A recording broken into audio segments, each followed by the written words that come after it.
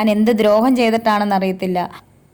ഞാനൊരു 11 വയസ്സ് തൊട്ട് നോക്കിയ ഒരു കുട്ടിയുണ്ട്, അവൻ ഇതുവരെ തിരിഞ്ഞു കയറിയിട്ടില്ല. എൻ്റെ ഈ ചാനലിൽ കൂടെ ഞാനിത് പറഞ്ഞാൽ ഇത് വലിയ വിവാദമാകുമെന്ന് എനിക്കറിയാം, പക്ഷേ വിവാദമാക്കാൻ പറഞ്ഞതല്ല. അവനോട് എനിക്ക് കുഴപ്പമില്ല, ക്ഷമിക്കുക, ആരും അത് വിവാദമാക്കരുത്. എനിക്ക് എൻ്റെ ഋതപ്പൻ എന്നെ അന്വേഷിക്കുന്നുണ്ട്. എനിക്ക് ഈ ചാനലിൽ കൂടെ നിങ്ങൾ പറഞ്ഞത് നിങ്ങൾ തെറ്റിദ്ധരിച്ചിട്ട് ഒരുപാട് പേരെന്നോട് ചോദിച്ചു വന്നോ എന്ന് കിച്ചു. ഇല്ല, വന്നിട്ടില്ല, എന്തോ ഫേക്ക് ന്യൂസായിരുന്നു. എന്തുവാകട്ടെ, കിടക്കുമ്പോഴത്തേനൊന്ന് വന്ന് കാണാൻ ആർക്കാണേലും എത്രയോ പേര് എന്നെ സ്നേഹിക്കുന്നു, എത്രയോ പേര് എവിടെ നിന്നൊക്കെ വന്ന്.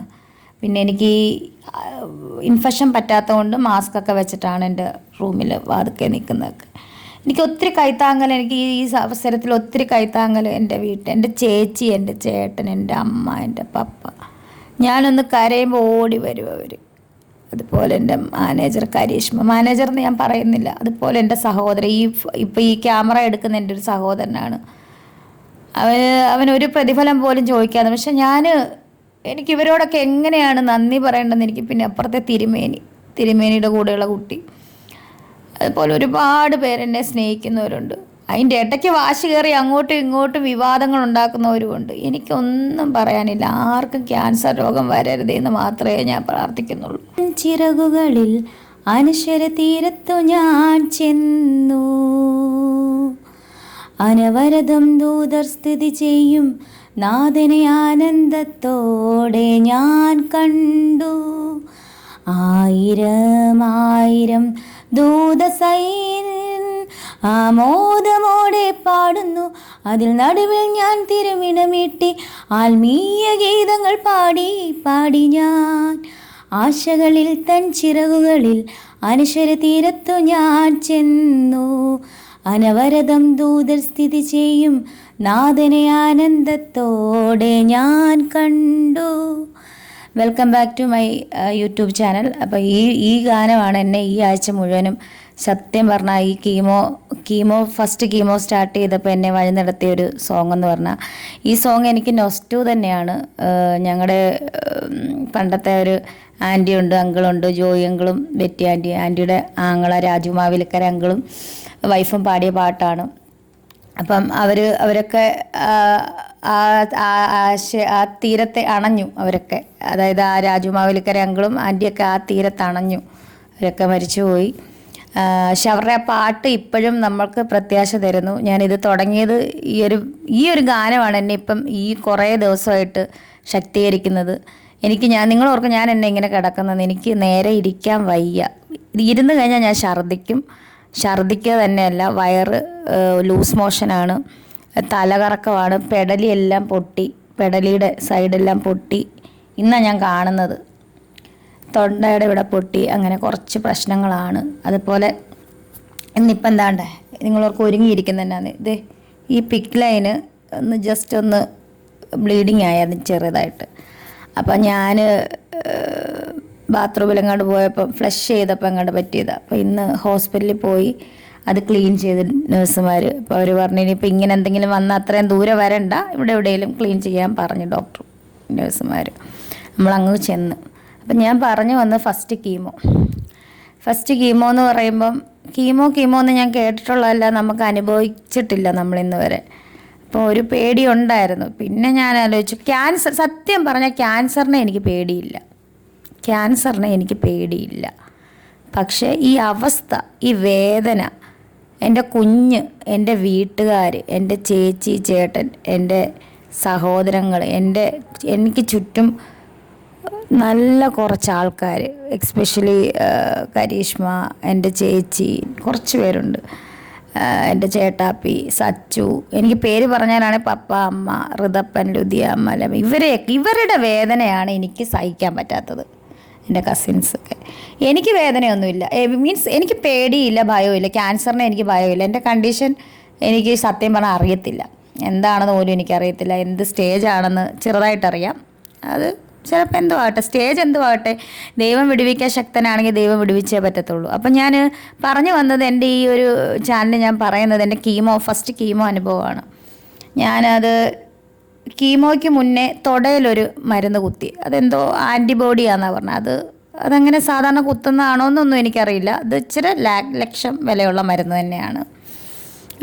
അത് കുത്തിയാലേ എന്തായാലും ഇത് കറക്റ്റ് ആവത്തുള്ളെന്നാണ് ഞാൻ അറിഞ്ഞത്. എനിക്ക് ഈ മെഡിക്കൽ വേർഡോ കാര്യങ്ങളോ ഒന്നും അറിയില്ലെങ്കിൽ പോലും എൻ്റെ ആ ഒരു ഊഹാപോഹം വെച്ച് ഡോക്ടേഴ്സിൻ്റെ സംസാരവും കാര്യങ്ങളൊക്കെ വെച്ചിട്ട് മനസ്സിലാക്കിയത് ആൻറ്റിബോഡി എല്ലാ പ്രാവശ്യവും ഈ 17 കീമോയിലും ഇത് കുത്തിവെക്കണം. അപ്പം അങ്ങനെ ഒരു കണ്ടീഷനിലാണ് ഞാൻ. അപ്പം കീമോ സ്റ്റാർട്ട് ചെയ്ത് ഉറക്കത്തിൻ്റെ ഒരു ടാബ് ആദ്യം തന്നു, ഇഞ്ചക്ഷൻ. മയങ്ങിപ്പോയി. എൻ്റെ കൂടെ എൻ്റെ ചേച്ചിയുണ്ട്, ചേട്ടനുണ്ട്, നേഴ്സ്, എല്ലാവരും ഉണ്ടായിരുന്നു. അവരൊക്കെ ഞാൻ പറഞ്ഞ സത്യം പറഞ്ഞാൽ നേഴ്സുമാരെയും ഡോക്ടർമാരെയും ദൈവതുല്യമായിട്ടാണ് ഞാനിപ്പോൾ അവരെ കാണുന്നത്. ഇപ്പോഴെന്നല്ല, അവരെ പണ്ടേ ഞാൻ ദൈവതുല്യമായിട്ട് തന്നെയാണ് കാണുന്നത്. പ്രത്യേകിച്ച് എന്നെ നോക്കുന്ന എൻ്റെ നേഴ്സുമാരും എൻ്റെ ഡോക്ടേഴ്സും മെഡിക്കൽ കോളേജിലെ മാലാഖമാർ തന്നെയാണ് അവരെ ഞാൻ അടുത്തറിയുന്നു. ഇപ്പം ആ ദൈവികമായ സാന്നിധ്യം അല്ലെങ്കിൽ അവരുടെ ആ മാലാഖമാരുടെ ചിറകിൻ്റെ കീഴിലുള്ള ആ ഒരു സാമീപ്യം ഞാൻ അടുത്തറിയുന്ന കുറച്ച് നിമിഷങ്ങളായിരുന്നു, കുറച്ച് ദിവസങ്ങളാണ്. ഇനി കുറച്ച് വർഷങ്ങളായിരിക്കും അത്. എങ്കിൽ പോലും കീമോ 2-3 മരുന്ന് എനിക്കറിയില്ല, ഓർമ്മയില്ല. ഞാൻ നല്ല മയക്കത്തിലായിരുന്നു. മയക്കമെല്ലാം കഴിഞ്ഞ് കീമോ എടുത്തു കഴിഞ്ഞ് എനിക്ക് എഴുന്നേറ്റ് നിൽക്കാൻ പറ്റത്തില്ല, തളർന്ന് ഞാൻ പോവുകയാണ്. അപ്പം ഫുഡ് നന്നായിട്ട് കഴിക്കണമെന്ന് പറഞ്ഞു, 2 മണിക്കൂർ ഇടവിട്ട് ഫുഡ് കഴിക്കണമെന്ന് പറഞ്ഞു. അപ്പം എൻ്റെ വീൽ ചെയറിൽ ഒരു ചേച്ചി, ആ ചേച്ചിയൊക്കെയാണ് വളരെ സ്നേഹത്തോടെ അവർ എന്നെ കൊണ്ടുവന്ന് കാറെ കൊണ്ട് കയറ്റി വീട്ടിൽ വന്ന് കിടന്നത് എനിക്ക് ഓർമ്മയുണ്ട്. പിന്നെ എനിക്ക് തളർച്ചയാണ്, ശരീരം ആസകലം വേദനയാണ്. എനിക്ക് നടുവേദന, തലവേദന, എനിക്കറിയില്ല എന്തൊക്കെയാണെന്ന്. പക്ഷേ ഛർദ്ദിച്ചില്ല ഞാൻ. ഓക്കാനം വരുന്നുണ്ടായിരുന്നു. പക്ഷേ ഇന്നലെ വൈകിട്ട് എനിക്കൊരു ഇഞ്ചക്ഷൻ എടുക്കാനുണ്ട്, WBCയുടെ. ആ ഇഞ്ചക്ഷൻ എടുക്കാൻ ഞാൻ ചെന്നതും എനിക്ക് ഓർമ്മയുണ്ട്, ഇഞ്ചക്ഷൻ എടുത്ത് ഓർമ്മയുണ്ട്, തലകറങ്ങി വീഴുക. ഛർദ്ദിച്ച് മുഴുവൻ എൻ്റെ ചേച്ചിയുടെയൊക്കെ ദേഹത്തോട്ടൊക്കെ ഛർദ്ദിച്ച് പാവം അവശ നിലയിലായി. എന്നിട്ട് കൈ കൂടെ ഗ്ലൂക്കോസ് കുത്തി. വീട്ടിൽ വന്നാൽ ഉറങ്ങാൻ പറ്റുന്നില്ല. എനിക്ക് സങ്കടം വരുന്നത് എൻ്റെ വീട്ടുകാരെ ഞാൻ ഉറക്കത്തില്ലെന്നുള്ളതാണ്, വേറൊന്നുമല്ല. ഞാൻ ഈ രാത്രിയിൽ എനിക്ക് ഉറക്കമില്ല, മയക്കത്തിൽ. നിങ്ങൾക്കറിയാം, ക്യാൻസർ രോഗികളായിട്ടുള്ളവർക്കറിയാം, അതുപോലെ വേദന അനുഭവിക്കുന്ന നിമിഷങ്ങളാണിത്. ഇപ്പം ഞാൻ എന്താ പറയുക അതിന്, ഇപ്പം എന്നെ ഈ കുറ്റം പറയുന്നവരോട് ഞാനൊരു കാര്യം പറയട്ടെ. ഇന്നലെ ഹോസ്പിറ്റലിൽ പോയപ്പോൾ അവിടുത്തെ അറ്റൻഡേഴ്സ് പറഞ്ഞതാണ്, ഞങ്ങൾ എന്ത് വന്നാലും ക്യാൻസർ രോഗികളുടെ വൈസ്റ്റാൻസേഴ്സ് അങ്ങനല്ലേ പറയുന്നത്, അവരോട് ഞങ്ങൾ മാറി നിൽക്കാൻ പറയത്തില്ല. കാരണം ഈ ഒരു ക്യാൻസർ വാർഡിൽ ഞങ്ങൾ അവരെ ഒന്നും ജസ്റ്റെങ്കിലും ഒന്ന് മാറി നിൽക്കാൻ പറയത്തില്ല. വഴക്കല്ല, മാറി നിൽക്ക്, 2 പേര് നിൽക്കുക, ഞങ്ങൾ പറയത്തില്ല. കാരണം അതാണ് ക്യാൻസർ രോഗം. ക്യാൻസർ വാർഡിൽ ചെന്നാൽ മാത്രമേ അതറിയത്തില്ല. ഇന്നലെ ഞാനത് അനുഭവിച്ചു. ഞാൻ ഇന്നലെ ക്യാൻസർ വാർഡിൽ ചെന്നു. നിങ്ങൾ ഈ കുറ്റം പറയുന്നവർ എന്ത് കണ്ടിട്ടാണ് കുറ്റം പറയുന്നതെന്ന് എനിക്കറിയില്ല. ഒരു നിമിഷം മതി നമുക്ക് രോഗം വരാം. പക്ഷെ ദൈവത്തെ ഓർത്ത് ആർക്കും ഈ രോഗം വരുത്തരുതെന്ന് മാത്രമേ ഉള്ള പ്രാർത്ഥന. എൻ്റെ ശത്രുക്കൾക്ക് പോലും, പിതാവേ, എൻ്റെ ശത്രുക്കൾക്ക് പോലും ഈ രോഗം വരുത്തരുതേ എന്ന് മാത്രമേ പ്രാർത്ഥിക്കുന്നുള്ളൂ. ഞാൻ ഇവിടുന്ന് എഴുന്നേറ്റ് കഴിഞ്ഞാൽ എന്നെ ഞാനാക്കിയ ദൈവത്തെ എവിടെ ചെന്നാലും, ഷൂട്ടാണെങ്കിലും എനിക്കിനിയും കിട്ടുന്ന എന്ത് പ്രോഗ്രാം ആണെങ്കിലും ദൈവത്തെ ഒരു നിമിഷം മഹത്വപ്പെടുത്തിയിട്ട് ഞാൻ ഇവിടുന്ന് എഴുന്നേറ്റാൽ, ഈ ക്യാൻസർ രോഗം എന്നെ വിട്ട് മാറിയാൽ, ഇല്ല, എനിക്ക് ഉറപ്പുണ്ട് ഞാൻ തിരിച്ചു വരുമെന്ന് ഉറപ്പുണ്ട്. പക്ഷേ എനിക്ക് ശാരീരികമായിട്ട് വളരെ ബുദ്ധിമുട്ടാണ്. എൻ്റെ മൈൻഡ് സെറ്റ് കൊണ്ട് മാത്രമാണ് ഞാൻ ഇങ്ങനെയെങ്കിലും ചാരി ഇരിക്കുന്നത്. എനിക്ക് വയ്യ, ഒട്ടും വയ്യ, തീരെ വയ്യ. നിങ്ങൾ പ്രാർത്ഥിച്ചില്ലേലും എന്നെ ശപിക്കാതിരിക്കുക. എനിക്ക് എൻ്റെ കുഞ്ഞിനെ ഓർത്തിട്ട് എനിക്കൊരു ഋതപ്പനുണ്ട്. ആ കുഞ്ഞ് ഒരാഴ്ചയായിട്ട് അത് ചിരിച്ചു കാണുന്നില്ല അതിൻ്റെ മുഖം. അതിനെ ഓർത്ത് ഞാൻ ഓരോ നിമിഷവും ദുഃഖിക്കുവാണ്. നിങ്ങൾക്കറിയാലോ, നിങ്ങളോട് എന്ത് പറഞ്ഞാലാണ് എനിക്കറിയില്ല, ഞാൻ എന്ത് ദ്രോഹം ചെയ്തിട്ടാണെന്നറിയത്തില്ല. ഞാനൊരു 11 വയസ്സ് തൊട്ട് നോക്കിയ ഒരു കുട്ടിയുണ്ട്, അവൻ ഇതുവരെ തിരിഞ്ഞു കയറിയിട്ടില്ല. എൻ്റെ ഈ ചാനലിൽ കൂടെ ഞാനിത് പറഞ്ഞാൽ ഇത് വലിയ വിവാദമാകുമെന്ന് എനിക്കറിയാം. പക്ഷേ വിവാദമാക്കാൻ പറഞ്ഞതല്ല, അവനോട് എനിക്ക് കുഴപ്പമില്ല, ക്ഷമിക്കുക, ആരും അത് വിവാദമാക്കരുത്.